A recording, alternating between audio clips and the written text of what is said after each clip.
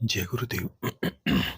अनंत कोटि ब्रह्मांड नायक सदगुरु भगवान के चरणों में कोटि कोटि वंदन, कोटि कोटि प्रणाम। सभी को हर हर महादेव, शंभो शंकर, शंभो शंकर।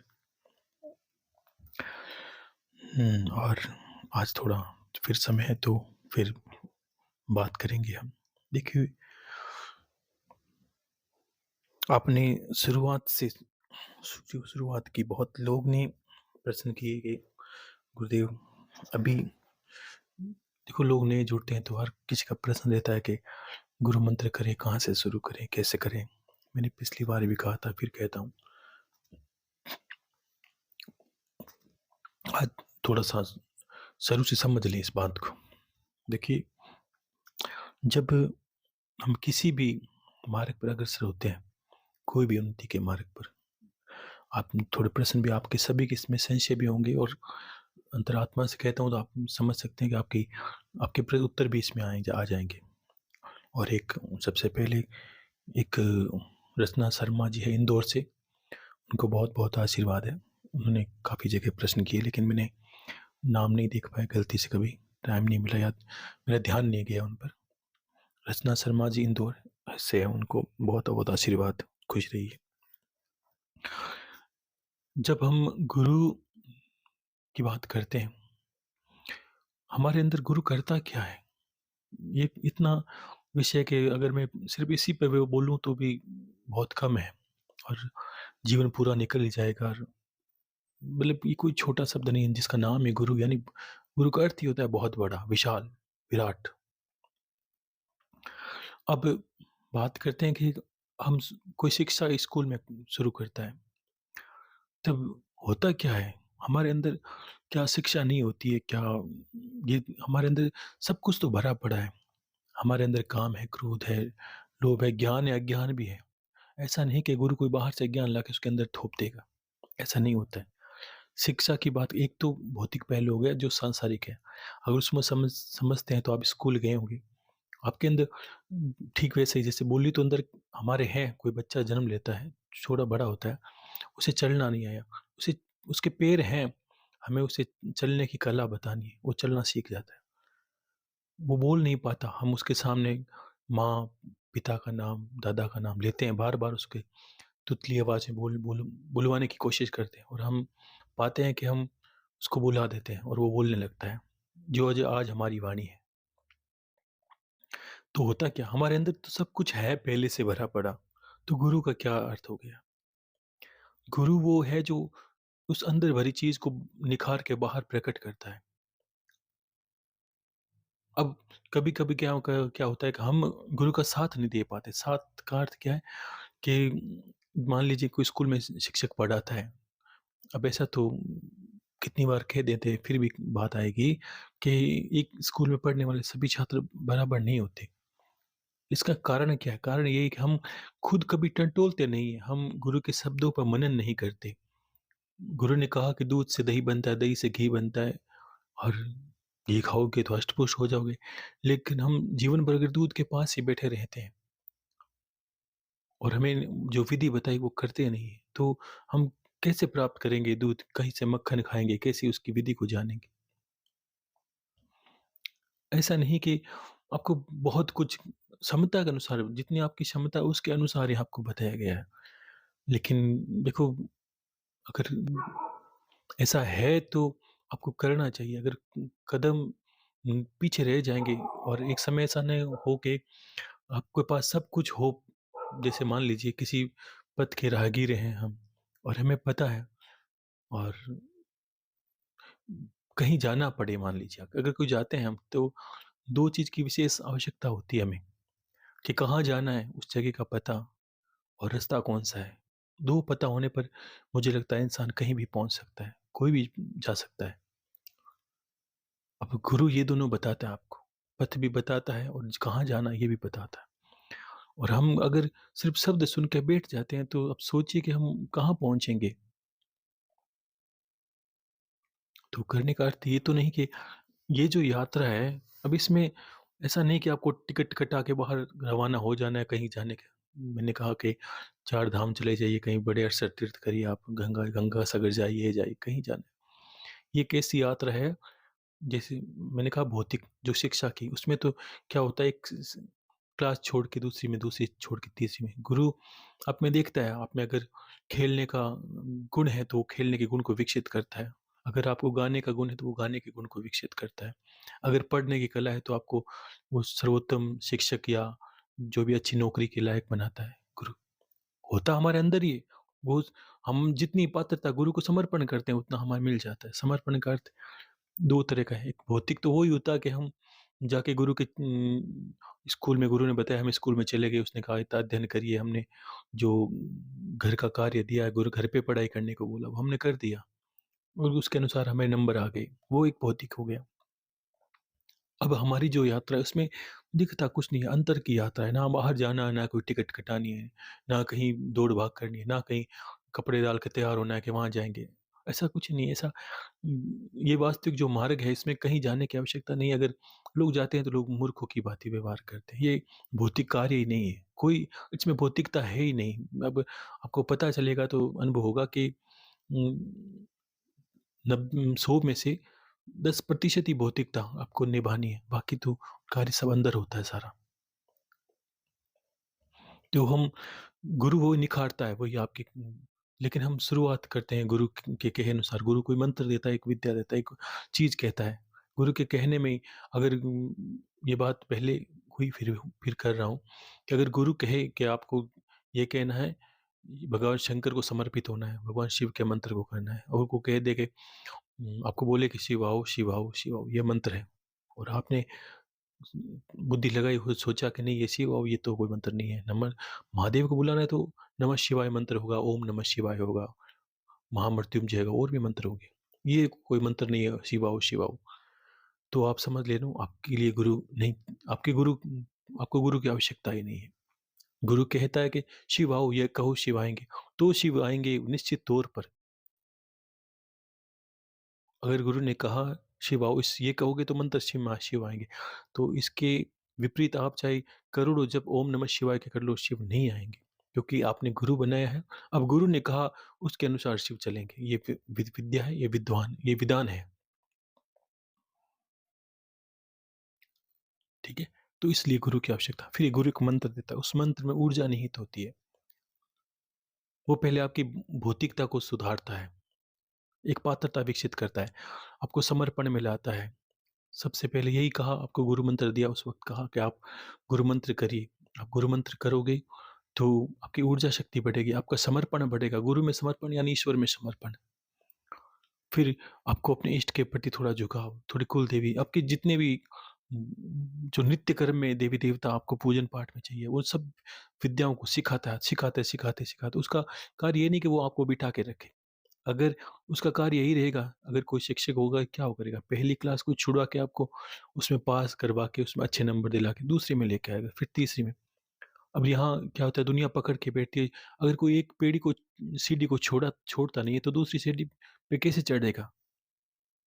तो वो पहले यहाँ से शुरू करता है, और यहाँ से करते-करते आपकी मनोदशा सही करता है। आपको विश्वास दिलाता है कि ईश्वर है। अब उसको दर्शन भी होते हैं, उसके सब कार्य होते हैं। वो अंतर में मान लगता है, हे गुरुदेव आपको प्रणाम है, आपने बताया उस मार्ग से किया। हमारे कार्य अनुभव हुए। हम जीवन के सुख-दुःख को समझे। आपके वो ज्ञान को बढ़ाता है, विस्तार करता है, आपकी बुद्धि को कुछ बड़ा करता है। अध्यात्म समझाने की कोशिश करता है।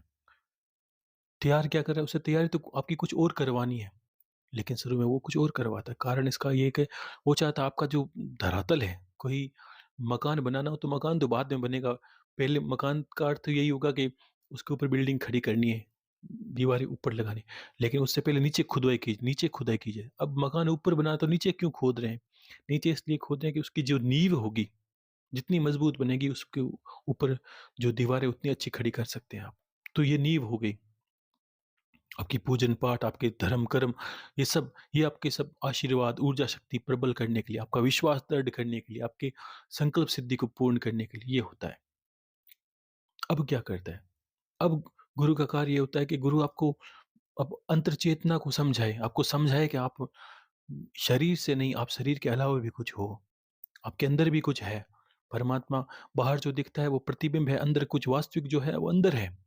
लेकिन अंदर खोजे के लिए जिसको बाहर का पता नहीं, वो पहले बाहर संत फिरे, घूमे फिट के भटक लिए, उसके बाद ही तो कहा उन्होंने क्या भाई अब अंदर ही है, देख लिया हमने।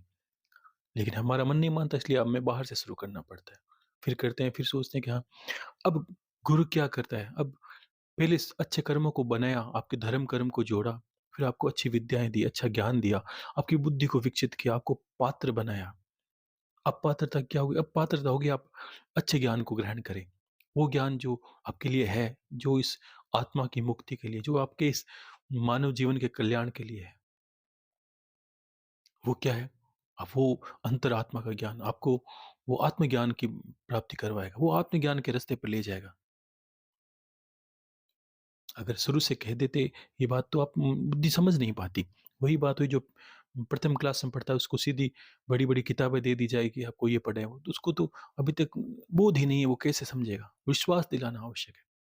फिर विश्वास हुआ आपको, विश्वास होने पर धीरे-धीरे आपकी पात्रता को विकसित करने के लिए आपको अच्छी चीज़ें बताएगी। अंतर का ज्ञान, बाहर का ज्ञान, किताबें, आपको तंत्र-मंत्र के बारे सब चीज़ें आपको पता होनी चाहिए कि हाँ, ये विषय है। करते-करते आपको अब पिछली बार बताया गया, गुरु जब मैंने दे मुझे लगा कि आप पात्री बन गए हो, तब मैंने सावन में आपको सोहम जप करने का बोला था, कि आप सोहम का जाप कीजिए। अब आप समझेंगे, अब आपके कर्मों का नाश होगा। इंसान हमारा जन्म क्या होता है? सोहम तो वर्णन तो हर चीज़ का बहुत बड़ा है, लेकिन आप समझिए, ये मंत्र और क्या करता है? इसका तो कोई ख़त्म ही नहीं होगा, और लेकिन ये समझिए कि वहाँ से यहाँ तक की यात्रा, 2 वर्ष की यात्रा आप तक यहाँ तक आए, इसलिए आपके मंत्र ये काम का है।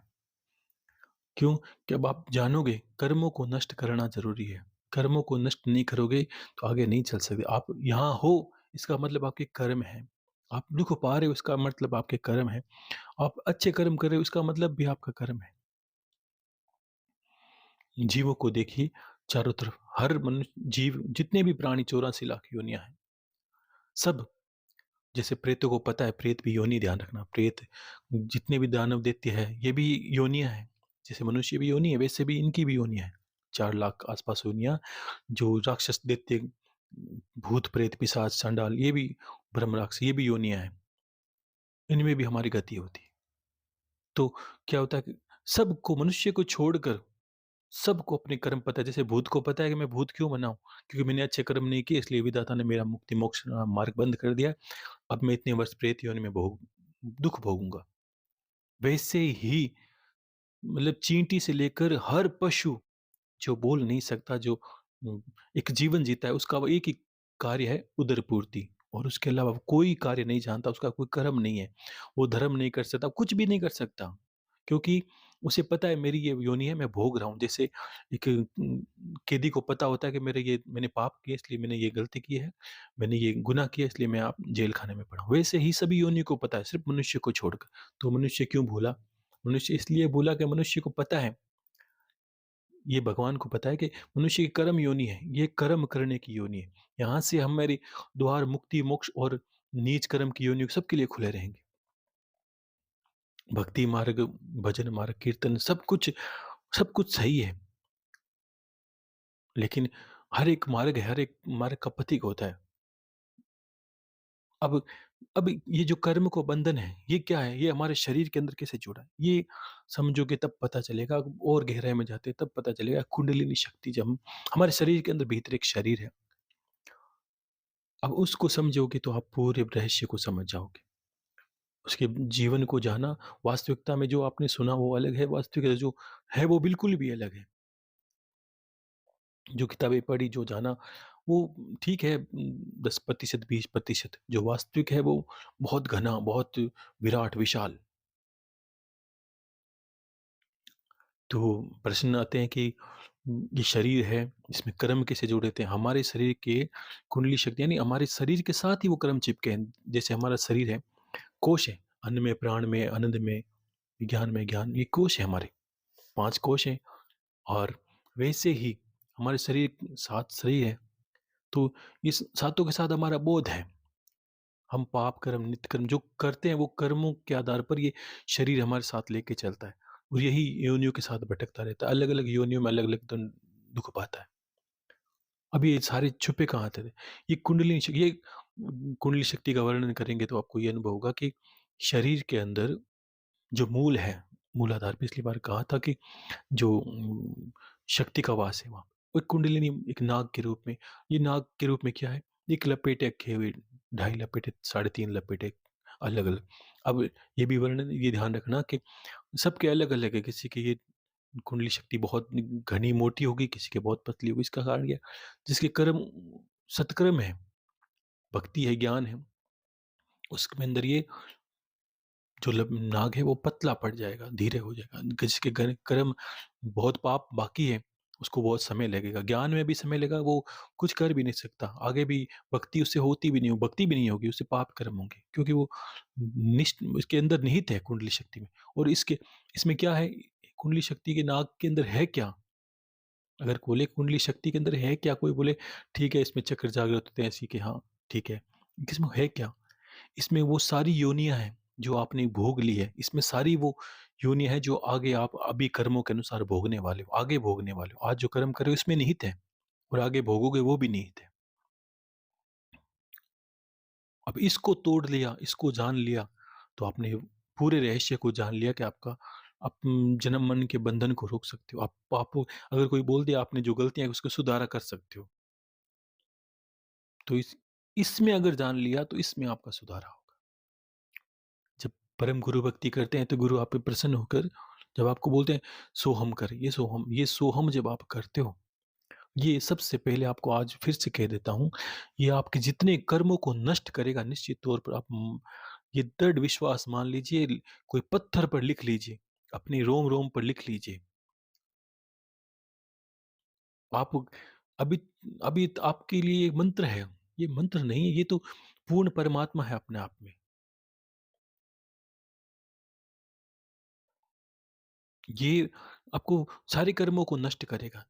इसको आप चाहे राम मैंने कहा ना, आप इष्ट राम है तो आप बस सोहम करें, राम को ध्यान में देखते रहें, कृष्ण को ध्यान किसी को भी, लेकिन मंत्र आपको सोहम, सोहम करना छोड़ता नहीं।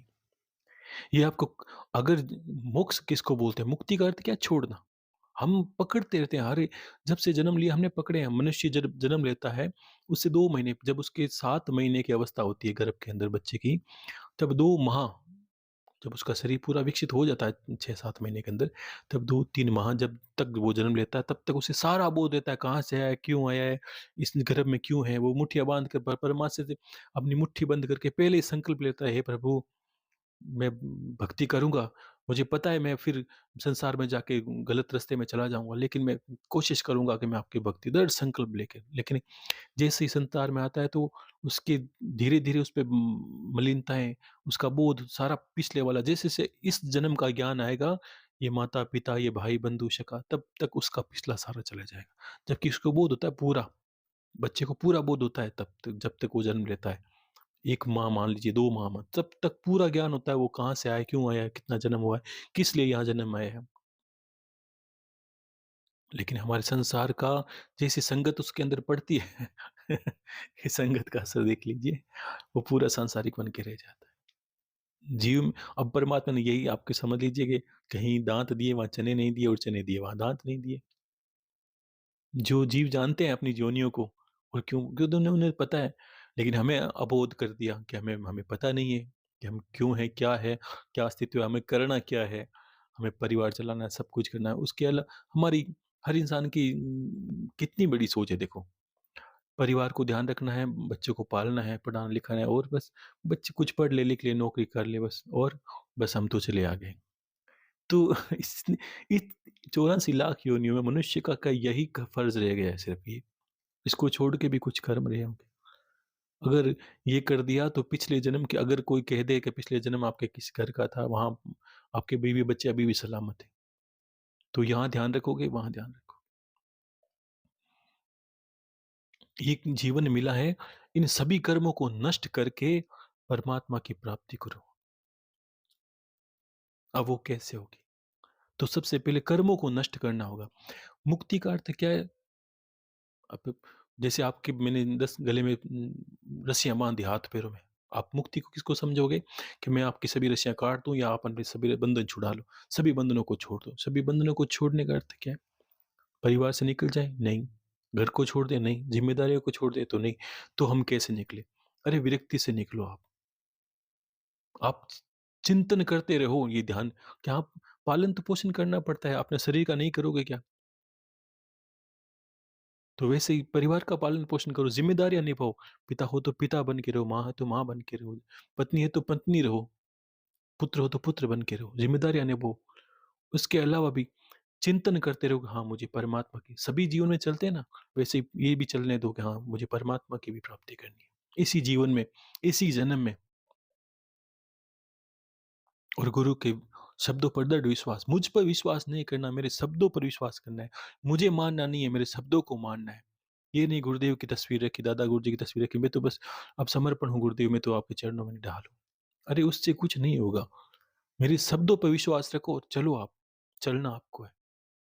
अब चल लिए तो आपने मार्ग जो है मैंने कहा ना, मैं बताऊँगा क्या आपको वो बताऊँगा जहाँ जाना है, वो रास्ता बताऊँगा। आपको बैठना नहीं है, विश्राम हमारे रास्ते में बिल्कुल नहीं है। ये आप आज मैं कह रहा हूँ तो आप ही अंतर में सोच लियो, यहाँ विश्राम नाम की कोई चीज़ नहीं है। लेकिन मेरा चलना भी कैसा है? ऐसा नहीं कि मैं कहीं भाग रहा हूँ, आप मेरे पीछे भाग रहे हो, वैसा नहीं भागना।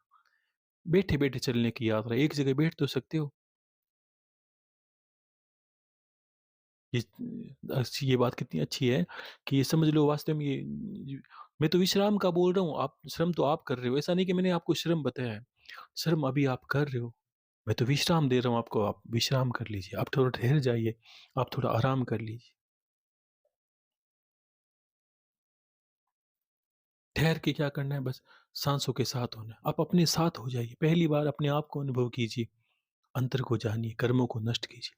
जितना सोहम कर लोगे आप बहुत लोगों ने बीच-बीच में प्रश्न मैंने देखे अभी थोड़ा दिन में समय मिला तब लोगों ने जो लिखे मैसेज उसमें लिखे थे, मुझे ये दर्शन हुए, वो दर्शन सब इसी में है।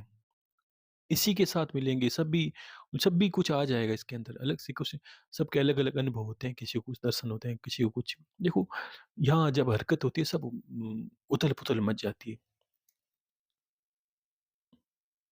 बहुत विद्या हैं, बहुत तंत्र-मंत्र से भी आप कुछ कर सकते हो।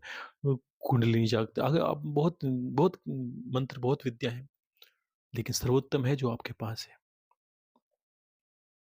लोगों को उम, मैंने कहा ना बहुत पहले कहा था, अब कहता हूँ कि मैं कोशिश करता हूँ आपको हीरे पन्नों से भी ज़्यादा जो मोल के शब्द हैं, वो आप तक पहुँचाऊँ। अच्छा लगेगा मुझे कि हम साथ या मेरे साथ होके आप महादेव से मिलो। अच्छा होगा कि आप उस परम को जानो। मैं तो जा ही रहा हूँ, गुरुदेव की कृपा से, आप भी चलो। नहीं चलोगे, वो आपका कारण बन के रह जाए उस कथा की भाँति।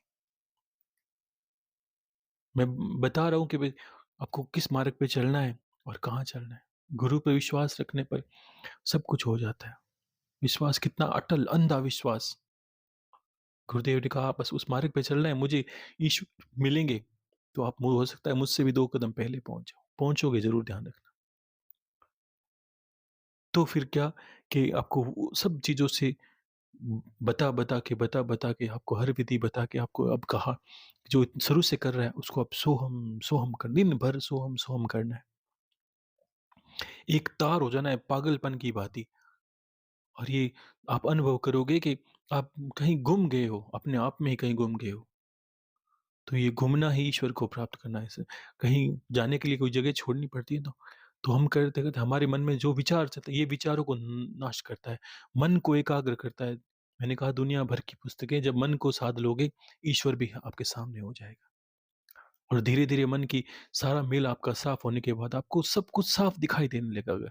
ये ठीक वैसे है जैसे कोई सरोवर के पानी में हलचल है, तो आप अपने प्रतिबिंब को नहीं देख सकते। ये सोहम उस सरोवर के जल की हलचल को समाप्त कर देगा और आप अपने प्रतिबिंब को देख पाओगे। आप अंतरात्मा की पहली बार आवाज़ सुनोगे और आपके हज़ारों प्रश्नों के उत्तर स्वतः आएँगे अंदर से, कुछ करने की आवश्यकता नहीं। ये ठीक वैसा है जैसे सरोवर में देख के आप अपना श्रृंगार भी कर सकते हो, अपने स्वरूप को सुधार सकते हो। पानी तो लेकिन उसने आपको आपने ठहरा दिया उस पानी को, उसमें आप अपने आप को देख सकते हो बिल्कुल भी। अब कभी ये, कभी वो, कभी वो, कभी नहीं, ये नहीं। आपको बस समर्पण, गुरु पे विश्वास और शब्दों पर इतना विश्वास कठिन कर लेना है, आपको बस कितना कटु कर लेना है, दुनिया की कोई वस्तु आपको कोई ज्ञान आपको डिगा ना पाए। ऐसा अटूट विश्वास रख के जब चलते हो, तो आप मानोगे नहीं रास्ते स्वतः बन जाते हैं। अब अभी उन लोगों के प्रश्न थे कि बीच-बीच में कि जो गीता के संबंधित प्रश्न थे, गीता की बात आई बीच में, तो देखो मैंने शब्दों में तो बहुत-बहुत समझा दिया कि ऐसा तो है नहीं कि मैं रोज़ एक पेज पढूँ आप समझो, उससे कुछ नहीं होना, वो तो आप रोज़ ही सुनते हो। जो सार है, वो आपको समझना है। बहुत सारे उसमें भी इसमें प्रसंग रहता है। मेरी एक प्रेम प्रिय कविता थी, जो समर्पण की बात आती है ना, तो आजकल तो लोग बोलते हैं कि वो भी श्रेष्ठ है, वो भी श्रेष्ठ है। अब नर नारायण का जोड़ा है, भगवान कृष्ण और अर्जुन का। अब अर्जुन के जैसा योद्धा कहाँ है? लोग आजकल तो बहुत तुलना करते हैं कि कर्ण भी श्रेष्ठ था, दुर्योधन भी श्रेष्ठ था। देखो कलयुग है, रावण भी श्रेष्ठ मानते हैं, भगवान राम तो ठीक है, रावण भी श्रेष्ठ मानते हैं। तो वो की मति हो गई तो लोग उतार-चढ़ाव करते रहते हैं। लेकिन एक मेरे परम प्रिय कविता थी, इतनी प्यारी, जो मैंने कहीं पढ़ी थी बहुत टाइम पहले। अब किस तरह, लेकिन आपकी जो बहुत समर्पण से बहुत कुछ मिलता है। समर्पण जब ईश्वर पे करते हैं ना, तो बहुत मिलता है हमें। और अंधविश्वास अब गुरु पर कर लेते हैं, तो अर्जुन अर्जुन क्यों है कि उसने उसने गुरु को जीता। लोग कर्ण की तुलना करते हैं।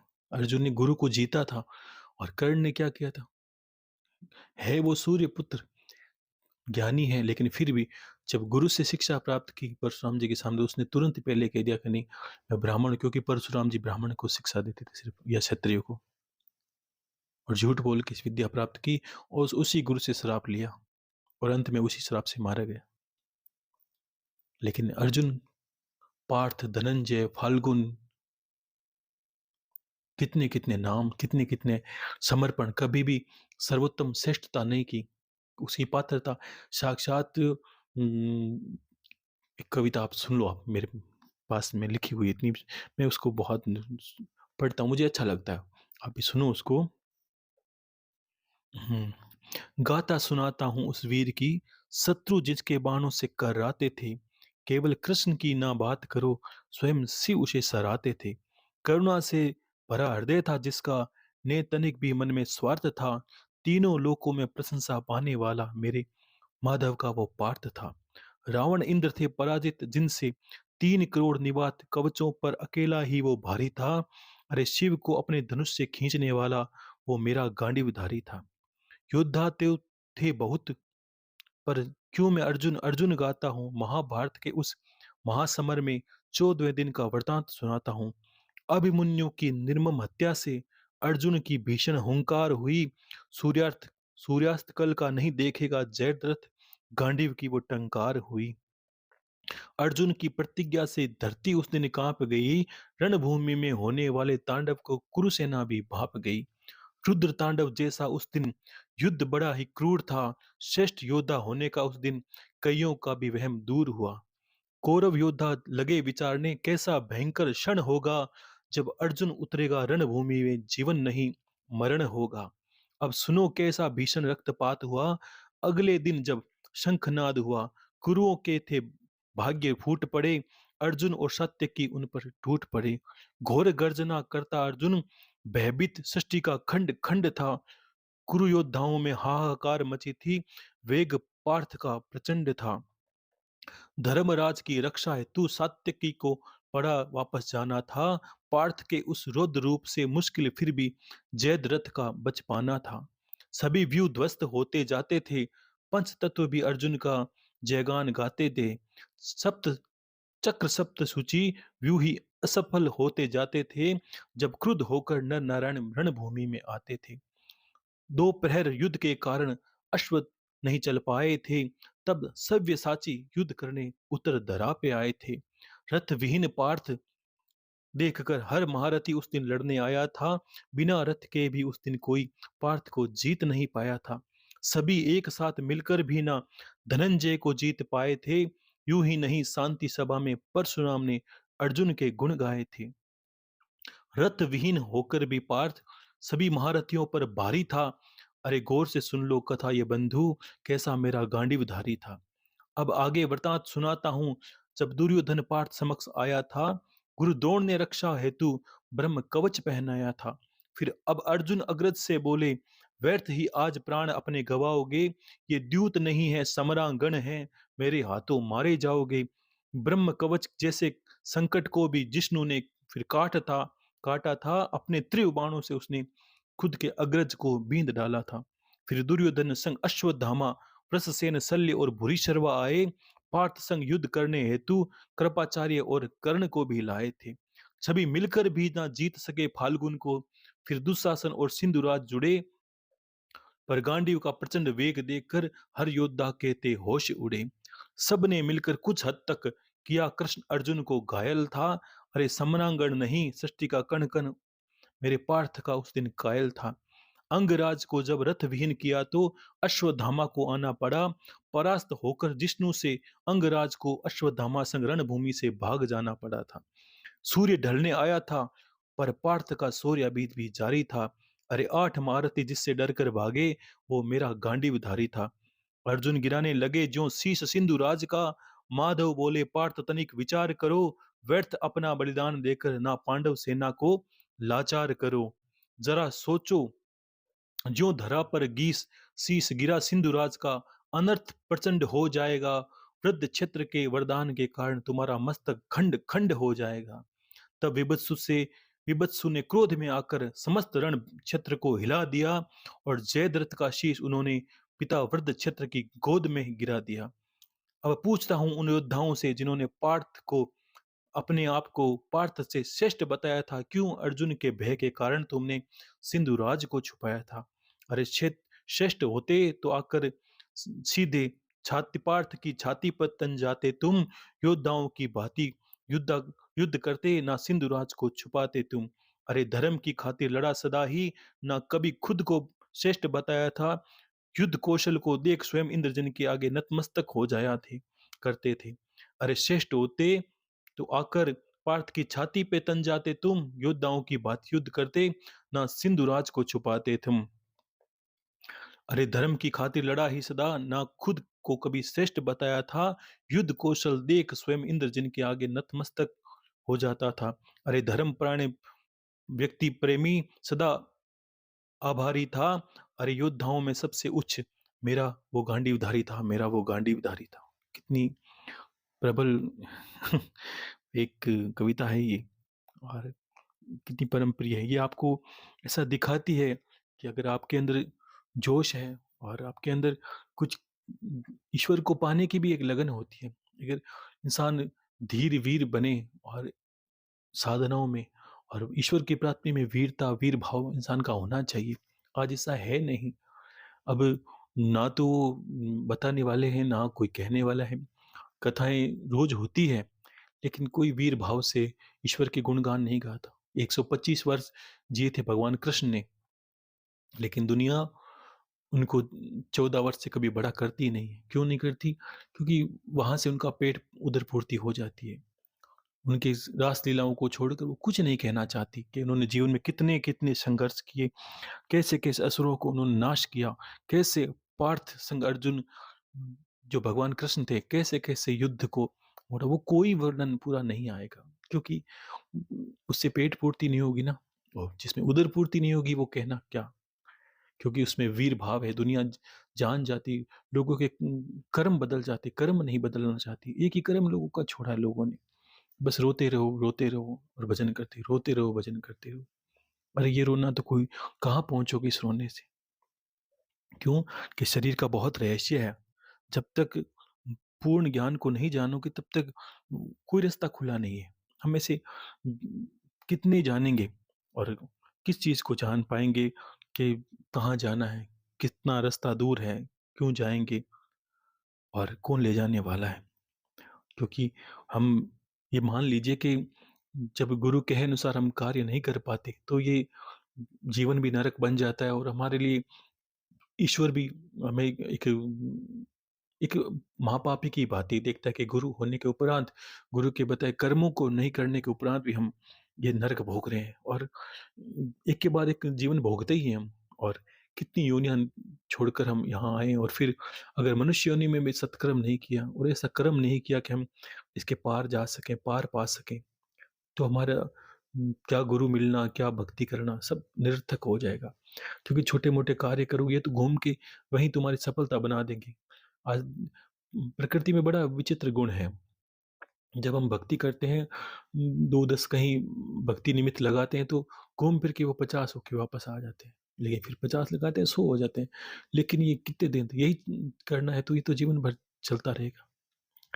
लेकिन मन को एकाग्र करके सोहम का जप करोगे, तब आपके कर्मों का जो बंधन है उसको काट पाओगे तुम लोग, ठीक है? तो उसको कभी नहीं छोड़ना, इतना अनवरत करना शुरू करो आप। आपके जो भी अनुभव है संजोते रहो, मुझे बताने की आवश्यकता नहीं है।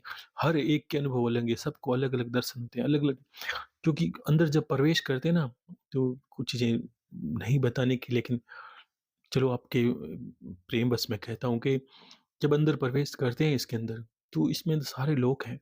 अब मानोगे नहीं लोग सप्त हमने जो पढ़ा है उसके अनुसार तो सिर्फ़ हमारे मूलाधार है, स्वादिष्ठान है, मणिपुर है, अनहद है, विशुद्ध चक्र है, आज्ञा चक्र है और सहस्त्रार में हमारा जीवन ये 7 चक्रों को पड़ता है। यहाँ से आगे भी बहुत कुछ है। यहाँ आगे भी हमें पता चलेगा कि हमारे किस तरह आज्ञा चक्र के बाद भूमंड भू भू भ्रकुटी बोलते हैं, फिर त्रिकुटी, फिर ब्रह्मलोक, फिर भंवर गुफ़ा, कभी नाम सुना भंवर गुफ़ा? बहुत एक कभी आया था वो मुझे दोहा पूरा याद नहीं है। जब काकभूषण ने कहा भगवान ने मेरा पीछा किया भगवान के हाथ ने, जब सीता जी को चोटिल किया था काकभूषण जी ने तब भगवान ने हाथ किया, तब उन्होंने कहा था मैं ब्रह्मलोक से आगे चला गया तब भंवर गुफ़ा से। ये भंवर गुफ़ा हमारे मस्तिष्क में है ध्यान रखना। यहाँ ही परमात्मा है। अब सोचो कि ऊपर होते तो कोई रॉकेट या हवाई जहाज़ लेके हम चले जाते और ऊपर मिल के आ जाते। वहाँ कुछ नहीं, वो तो एक प्रतिबिंब है, वो 10% है। जो पूर्ण है वो अंदर है। जब हम आज्ञा चक्र के बीच देखते हैं ये भूमंडल जब भूमध्य कहते हैं इसको, भ्रकुटी कह सकते हैं। उसके ठीक ऊपर एक बोले त्रिकुटी बोलते हैं। उसके बाद ब्रह्मलोक आता है। फिर भंवर गुफ़ा अब ये ब्रह्म जो हमारा ब्रह्म जो सहस्त्रार उसके दाएँ-बाएँ की सारी स्थिति है। फिर आपको आगे जाओगे तो वैकुंठ लोक है, फिर सोहम लोक आएगा ध्यान रखना, सोहम लोक है। फिर सत्यलोक का नाम कभी आप सुना है, वो सत्यलोक भी अलग-अलग है सारे। फिर साकेत धाम जाते हैं, साकेत बाद सनत धाम जाते हैं, सनत बाद को छोड़ने के बाद हम आगे निकलते हैं और एकाक्षर ब्रह्म ओम का जब गुरु नानक जी कहते हैं ना ओम एक ओमकारा, वहाँ पर उस लोक पहुँचते हैं, वहाँ विष्णु लोक है, फिर वैकुंठ, उसके दाएँ में शिवलोक है। ऐसे करते-करते कैवल्य पद की प्राप्ति तक हमारा जीवन चलता है। ये 18 परतें होती है हमारे आज्ञा चक्र के बाद में, देवी के जो साक्षात जो देवी परमेश्वर के पास पहुँचती है, 18 परतें और ये सभी लोक हैं और इसमें ऐसा ही गमन होता है, आप मानोगे नहीं, इसमें ऐसा ही चढ़ा जाता है। आप सोचोगे कि ये कैसा जीवन है? ये कैसा है? बिल्कुल, इसमें जब प्रवेश करते हैं ना तो पिछली बार बाबा हरजी बाट की बात की थी, तो ये आप समझो कि जब निर्गुण वाणी पढ़ते हैं तब ये सत्य बात है कि ना सिद्ध वो विकट घाटियाँ और चढ़े संत प्रवीणा हर चीज सत का है मार्ग जीना, सत का है मार्ग जीना, चढ़े कोई संत प्रवीणा, ऊंचा मार्ग विकट घाटियाँ का मतलब समझे, रीढ़ की हड्डी होती है ना उसके अंदर ऊपर देखते हैं आप किस तरह एक मेरू बने हुए, ये विकट घाटियाँ हैं। और चढ़े संत प्रवीणा, इनको बहुत बारीकी की बात कह रहा हूँ, इनको पार करना ही ये विकट घाटियाँ हैं। ऊंचा मार्ग विकट घाटियाँ चढ़े संत प्रवीणा, हरजी सत का है मार्ग जीना। आओ तो हरजी सीधा सीधा आओ, उजड़ पंथ किया चालो महाराज। अब जो दुनिया बताती है वो सब उजड़ पंथ है, यहाँ तक आने का लक्ष्य ही है। और ये अब जो कर्मों के संस्कार नष्ट नहीं होंगे ना तब तक हम यहाँ प्रवेश नहीं कर सकते और सो हमसे वो नष्ट होंगे, हमारे कर्मों के संस्कार नष्ट होंगे तो स्वतः एक दिन फिर भक्ति बाहर करते रहेंगे लोगों की देखो यहाँ पहुँचने में तो सोचते हैं कि हम यहाँ आना है गुरुदेव, तो फिर वहाँ करने की आवश्यकता क्या है? ये मंत्र देखो, हर चीज़, हर देवता का आशीर्वाद आके जैसे इंसान घर से ₹2 कमाने के लिए जाता है, तो माता-पिता का आशीर्वाद लेना है लेता है। क्यों? वैसे ही हमारे तब मैंने कहा ना, सबके आशीर्वाद लेके सबको खुश करो कुलदेवी समेत। आपको बहुत लंबी यात्रा तय करनी है। आपको यहाँ रुकना ध्यान तो अगर इसको ही आपने पूरी यात्रा समझ लिया, तो ये तो शुरुआत है, ये तो तैयारी थी। यात्रा तो अभी बाकी पड़ी है। अनुभव बाकी पड़े हैं। जिस दिन आप एक 24 घंटे 21,600 में निकाल दोगे, आप अनुभव करोगे, रात को आप उड़ने लगोगे अंतर में कि गुरुदेव मेरे तो अंतरात्मा आत्माराम जिसको बोलते हैं, अंतरात्मा। आत्मलोक है वहाँ पर। आत्मा कहाँ मिलेगी? ब्रह्मलोक से आगे जाएँगे ना, जब साकेत धाम, तब एक स्थान है जहाँ आत्मा मिलेगी आपको। दर्शन होते हैं वहाँ पर। वहाँ उसके दर्शन होने के पर आपको पता चलता है कि हालाँकि आपको पहले अनुभूतियाँ होने शुरू हो जाती हैं। सब चीज़ें, और इसी गुफ़ा में बड़े-बड़े लोगों ने वर्णन किया है कि आपको जब अंदर प्रवेश करते हो ना, बड़े-बड़े ब्रह्म राक्षस मिलते हैं। आपको माया, लोभ सब कुछ वैसा होता है जैसे अभी जीवन में है। आप सोचते होगे ये ठीक वैसे लगेगा जैसे स्वप्न आता है आपको, और सपने में कहीं चले जाते हो तो याद काफ़ी बार याद रहता है। कोई छोटी-मोटी चीज़ याद नहीं रहती, अन्यथा याद रहता है। वैसे ही आपके बैठे-बैठे, ध्यान में जाते-जाते या निद्रा या थोड़ी योग निद्रा के अंदर आपके, जब आप इस भंवर गुफा में ये जो कुंडली शक्ति में प्रवेश करते हो ना, तब ये विद्या बहुत है। आप ऐसे प्रवेश तो 2 दिन में ही कर सकते हो, लेकिन जिस दिन आपको अगर एकाग्रता और यम नियम क्यों, आपकी सारी सात्विकता सब कुछ मिला के सोहम के साथ एकाग्र हो जाते हैं, जिस दिन आप पूरे सात्विक विकारों के साथ यहाँ नहीं प्रवेश होता है। यहाँ पर भी द्वारपाल होते हैं, यहाँ पर भी सभी चीज़ें होती हैं, यहाँ पर भी ब्रह्मा, विष्णु, महेश, गणेश सब कुछ वैसा है। और यही वो लोग हैं, और यही से यहाँ पर जो हम लोगों के इंद्रियाँ हैं, जो जन्नेंद्रियाँ, उसके नीचे के लोग जो बताए ना, इसी में आते हैं।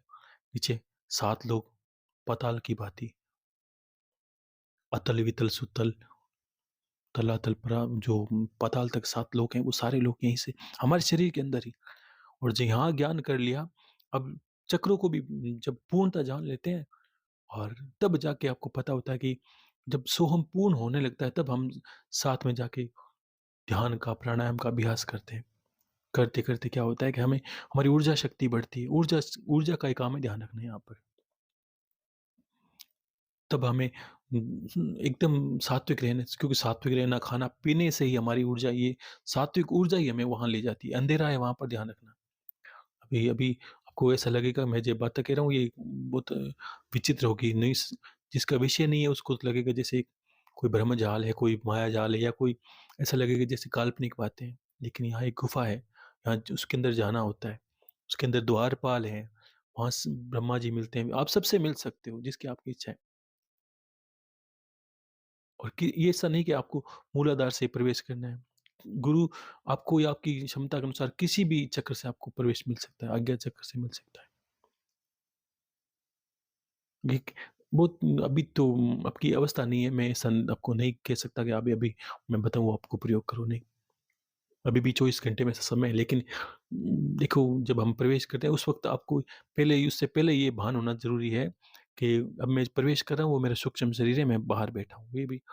ये भान बिना हम प्रवेश करेंगे तो हम अंदर भयभीत हो जाते हैं। अगर अंदर का भय, मान लीजिए आपने स्वप्न की भाँति प्रवेश किया, जैसे स्वप्न में एक राक्षस अगर कोई साँप आया या कोई जीव आया तो हमने डर गए, शेर, तो हमने डर क्योंकि हमें ये भान नहीं था ना कि हम स्वप्न में हैं। अगर जिस वक़्त ये भान हो जाता, हमें स्वप्न में इस शेर हमारा कुछ नहीं बिगाड़ सकता। ऐसी वाली 2 अवस्था बनेगी सोहम से बहुत लंबे। अब देखो वो आपकी भक्ति पर निर्भर करता है, आपकी शक्ति पर निर्भर करता है। अर्जुन की भाँति आप दृढ़ विश्वासी, संकल्पित और अपने लक्ष्य पर अडिग रहे ना, ये कविता कहने का अर्थ यही था। तो आप पा लोगे। गुरु के अंदर पूरा समर्पण, निद्रा जयी।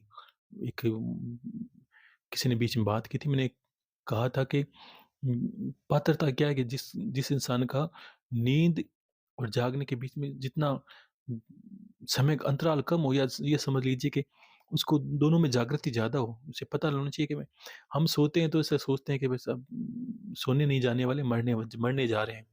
अब 10 बजे आप सोएँगे तो कोई दिक्कत नहीं, सुबह 8 बजे आराम से उठेंगे, 8 घंटे तो हम जीवन भर मरने का अभ्यास करते हैं, इससे ज़्यादा कुछ नहीं है।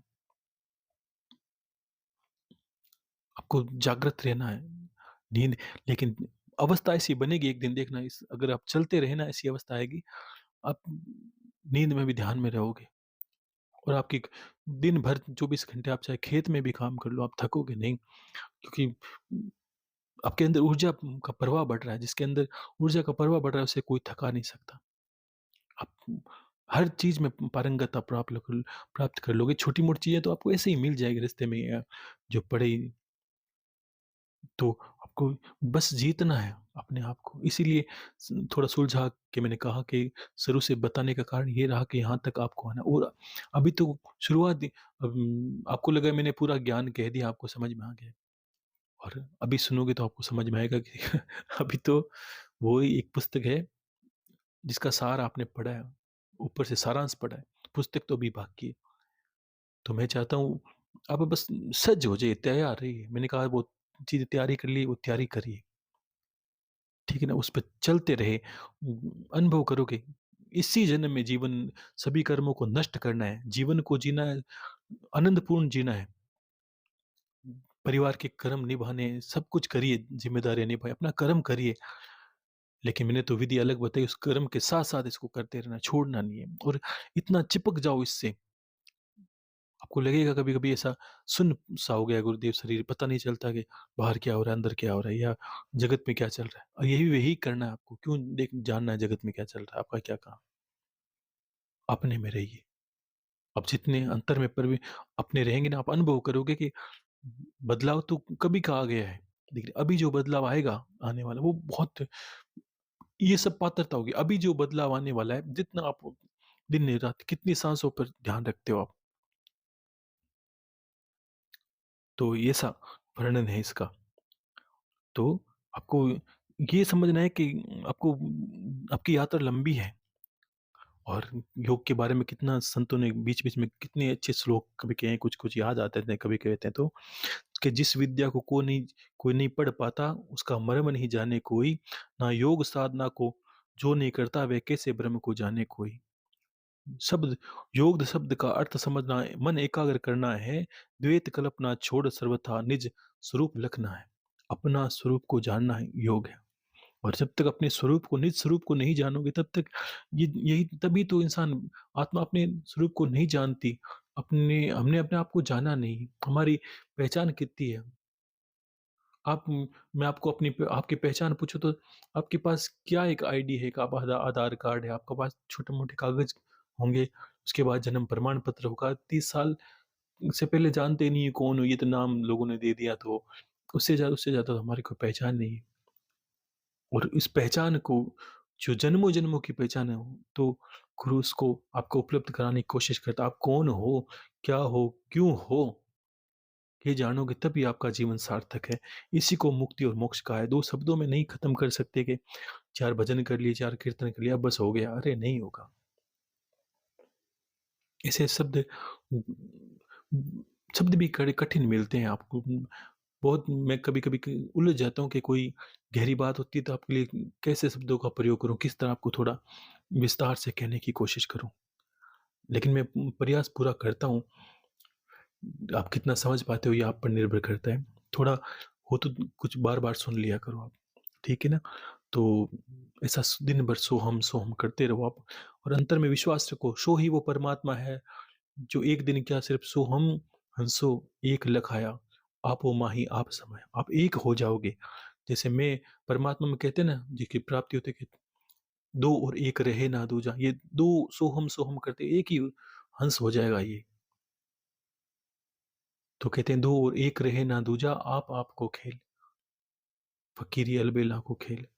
तो वैसे ही और कहते हैं कि जब मैं था तब हरि नहीं, दोनों चलते ना अभी, सो मैं हूँ, सो तो ईश्वर है, हम मैं हूँ, तो क्या होता है दो जब मैं था तब हरि नहीं, अब हरि है मैं नहीं, एक दिन सिर्फ हरि ही रहेगा।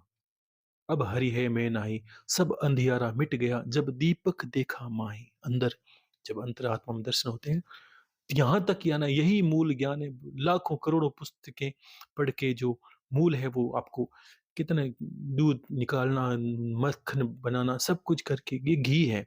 अब आपको कुछ पी जाना है। इसी के लिए आपका जीवन सार्थक होने वाला है। ये करने के बाद ही सार्थक होने वाला है। कहते हैं कि ईड़ा पिंगला सुसुम्ना में बहता है त्रिवेणी संगम, कर स्नान पान तन मन से छूट जाए भव जग।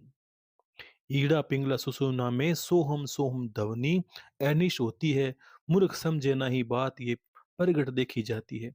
इस युक्ति को जो जन जाने वही श्रेष्ठ योगी है, जिसको भूला फिरे मूढ़ वो वही विषय भोगी है। इस युक्ति को जो जान मनुष्य योग युक्त हो जाता है, केवल ये देह हंस की पाकर वह भव भ्रम से छूट जाता है।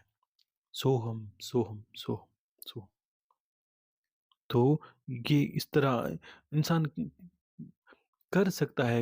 हम क्या करते हैं कि हम करना नहीं चाहते, कभी आलस्य हो जाता है। अब इतना इसमें तो कोई आपको माला ही आपकी छुड़वा दी, आपको इतना कह दिया कि बस एक सामान्य पूजा के स्तर पर जितनी बताई वो क्रिया शुरू से करनी है। गुरु मंत्र करना है, सुबह पूजा पाठ आपको करना है, भक्ति करनी है, कुल देवी के निमित्त जो करना है वो करना है। बाकी आप साँसें तो लेते हो रोज़, ये मुझे कह दो कि गुरुदेव हमने साँसें आज 2 घंटे ली नहीं है, कोई बात नहीं। और साँसों का जीवन है, सोहम करोगे तो आपकी साँसों की गति धीरे होगी। साँसों गति धीरे होगी तो परमात्मा का ये भी समझ लीजिए कि परमात्मा ने हमें जो जीवन दिया है, वो प्राणों पर निर्भर है। प्राणों का अर्थ समझी? साँसों पर निर्भर करते हैं। साँसों पर निर्भर करता है। अगर साँसें सोहम से धीरे पड़ेगी यानी जितनी साँस कम आएगी, 1 मिनट में इंसान 13 से 15 बार साँस लेता है, 1 बार, 1 मिनट के अंदर। अगर आपकी साँसों के प्राणायाम इसी को प्राणायाम ये प्राणायाम ही सध जाएगा आपको। और थोड़े मैं यही कहना चाहता हूँ कि आप अपने शरीर के स्वास्थ्य को देखते हुए रोज़ थोड़ा अनुलोम-विलोम, थोड़ा प्राणायाम किया करो, ध्यान रखिए। शरीर को चलाना अभी शरीर का आपको काम है नहीं, आपके शरीर से मुझे बहुत काम है, समझे आप? तो इसलिए आपको अपने शरीर को स्वस्थ रखना भी ज़रूरी है। प्राणायाम करें, खाने-पीने का ध्यान रखें, गलत चीज़ें ना खाएँ, तामसी चीज़ों से दूर रहें और जिनकी आयु 40 से पार हो गई है, वो खाना कैसे खाएँ? भर पेट कभी नहीं खाएँ। कहते हैं कि 2 भाग भोजन, 3 भाग जल, 1 भाग वायु का रखो तो अग्नि स्वतः प्रकट हो जाएगी और फिर पेट में विकार नहीं होगा। कहने का अर्थ क्या है? 2 भाग खाना यानी जो भूख लगी है 40 के बाद उसको आधा खाना होता है और बाकी जैसे भूमि 5 तत्व कैसे हैं प्रकृति के अंदर वैसे आपको शरीर को रखना है। 75% भाग में जल है तो आपको 3 भाग जल के लिए रखना है क्योंकि दिन भर प्यास लगेगी, पानी पियोगे, जूस पियोगे, दूध पियोगे, वो सब पानी के अंदर आता है। और थोड़ी हवा के लिए जगह रखें, 1 भाग वायु, डकार लेने के लिए, अपान वायु के लिए और स्वतः अग्नि प्रकट हो जाती है। और हम क्या करते हैं गले तक कि गले में अंगुली टच हो तब तक खाना ठूँस लेते हैं। एक एक बहुत पहले लोगों से मैंने एक छोटा-सा चुटकुला सुना था। कहते हैं कि एक बहुत कोई खाने का शौकीन इंसान बहुत ज़्यादा तो उसने बहुत ज़्यादा खाना खा लिया, इतना खाना खा लिया कि उसने लगा कि बस गले तक आ गया है। तो डॉक्टर के पास गया, "डॉक्टर साहब मुझे कोई दवाई दीजिए मेरा जो साँस निकलने वाली है, मैं तो इतना ज़्यादा मैंने खाना खा लिया।" तो डॉक्टर ने एक गोली लिख दी, कोई मान लीजिए खाना पचने की गोली। तो उसने कहा गोली नहीं लिखनी है, तो डॉक्टर ने कहा, "भई गोली खानी पड़ेगी तब खाना पच जाएगा।" "अरे! कि गोली नहीं खा सकता।" कि तुम खा क्यों नहीं सकते? अरे कि मैं बता सकता हूँ, मैं गोली नहीं खा सकता डॉक्टर साहब आप समझो। मुझे कोई है ना मलहम लगा दो। अब पेट में खाना है, मलहम लगाने से कैसे ठीक होगा? कि नहीं डॉक्टर साहब आप मुझे मलहम लिख दो, वो मलहम से लगाने से मैं ठीक हो जाऊँगा। कह रहे नहीं तुम्हें गोली खानी पड़ेगी, गोली से खाना पचेगा। कि डॉक्टर साहब आप समझ नहीं रहे हो मेरी विडंबना, मेरे गले तक जो गले अंगुली टच होती है ना गले की, यहाँ तक खाना भरा पड़ा है। अगर गोली जाने की जगह होती तो मैं 1-2 निवाला और ले लेता। ये जगह छोड़ता ही नहीं इतना नहीं इतना खाने का शौकीन है। तो ऐसा नहीं करना। 2 भाग भोजन, 3 भाग जल का, 1 भाग वायु तो अग्नि स्वतः प्रकट हो जाएगी। ये ध्यान रखना। योगियों के लिए है और योगी सभी हैं आप सब लोग। जिसने योग को जाना वो योगी है। योगी से योग प्रकट होता है, भोगी से भोग प्रकट होता है, ध्यानी से ध्यान प्रकट होता है, ज्ञानी से ज्ञान प्रकट होता है, लोभी से लोभ प्रकट होता है। सब कुछ है अंदर ही, प्रकट करना है। अगर कोई लोभी हो, तो लोभी तो अंदर है, वो खुद है, स्वभाव है। लोभ तो उसको कोई चीज़ में जिसमें लोभ दिखेगा तुरंत प्रकट हो जाएगा। कामी होगा उसकी तो वृत्ति देखते ही काम प्रकट हो जाएगा। भोगी होता है, भोग प्रकट हो जाएगा। अगर आप योग का अनुसरण करते हैं, अंतर में गुरुदेव की भक्ति करते हैं, तो गुरुदेव क्या है? गुरुदेव योगी है, तो बस क्या आपके अंदर योग स्वतः प्रकट होगा। आपको आप आपसे आज ही से मान लीजिए आप योगी हैं, नाम से आगे लगाइए, पीछे लगाइए, आप बस योगी हैं, तो योगी तो हो ही, इसमें कोई दो राय नहीं है। ठीक है? तो वैसे ही आपको जीवन जीना है और कभी-कभी क्या शब्दों में हेर-फेर हो तो आप थोड़ा समझ लेना चाहिए। मुझे लगता है कभी-कभी मैं कोशिश पूरी करता हूँ देखो कुछ कभी-कभी क्या कुछ चीज़ें ऐसी बतानी पड़ती है कि जो नहीं बतानी होती है लेकिन उनके पास जो अनुभूतियाँ होती है, उनके शब्द नहीं होते मेरे पास। तो मैं थोड़ा समझाने में आपको हो सकता है थोड़ा मैं सही नहीं चल रहा हूँ, लेकिन आप थोड़ा समझें मेरी बात को। 2 बार सुन लें, 3 बार सुन लें, आप समझें और अपनी पात्रता को विकसित करना ही है। ये मत सोचिए कि ये कभी नहीं करना। कुछ लोग मैंने लिखा है गुरुदेव बीच में, गुरुदेव मेरी पात्रता विकसित नहीं है, मैं तो कमज़ोर आप कमज़ोर नहीं रहना है, मैं कह रहा हूँ आपको कमज़ोर नहीं रहना। आप सर्वोत्तम हो, श्रेष्ठ हो। धनंजय की भाँति बने, अर्जुन की भाँति बने, गुरु को जीतें, गुरु के कार्य को जीत लें बस बस। आपने कहा उससे गुरुदेव मैं बस उस पे आपको खरा उतर के बताऊँगा। तो यही मेरे लिए सर्वोत्तम होगा, यही आपके लिए सर्वोत्तम होगा, यही मेरी प्रभु भक्ति होगी कि हाँ, ईश्वर को भी मैं बह चलता हूँ तो लोगों को मैंने चलने के लिए मार्ग दिया है। ये मुझे यही ईश्वर के लिए मेरी परम भक्ति है और आप भी कुछ बनोगे, कुछ करोगे तो आपको भी ये भक्ति निभानी है। तो ईश्वर सदा उन्हीं की कृपा रखता है जो आगे के लोगों को अग्रसर करते हैं, जो आगों की लोगों के लिए मार्ग प्रशस्त करते हैं, उनके साथ ही रहता है। बट ये जीवन ही है, कैसे करना बीतेगा अगर आज आप कुछ नहीं करोगे, तो भी बीतेगा। अगर मैं दिन भर सोता रहूँगा तो भी बीतेगा, आपको कुछ नहीं कहूँगा तो भी बीतेगा। ये बीतना है, तो क्यों ना मैं कुछ अच्छा करूँ बीतेगा। तो मुझे जीवन बहुत अच्छा जीना है, उत्कृष्ट जीना है। लोगों को अगर अगर मेरा जीवन है, मेरे कार्य हैं और तो मुझे लेके चलना है। मुझे उस महादेव तक आपको ले जाने की कोशिश करनी है, जहाँ मैं हूँ, जहाँ मैं जाने का प्रयासरत हूँ या जहाँ मेरी मंज़िल है, उस मंज़िल पे मैं आप सबको एक साथ देखना चाहता हूँ। ये सब मेरी भावना है। आपको बस अपने गुरु की भावना की कदर करनी है, ठीक है? तो आशीर्वाद है सभी को। खुश रहिए, हर हर महादेव। सभी का मंगल हो, खुश रहिए।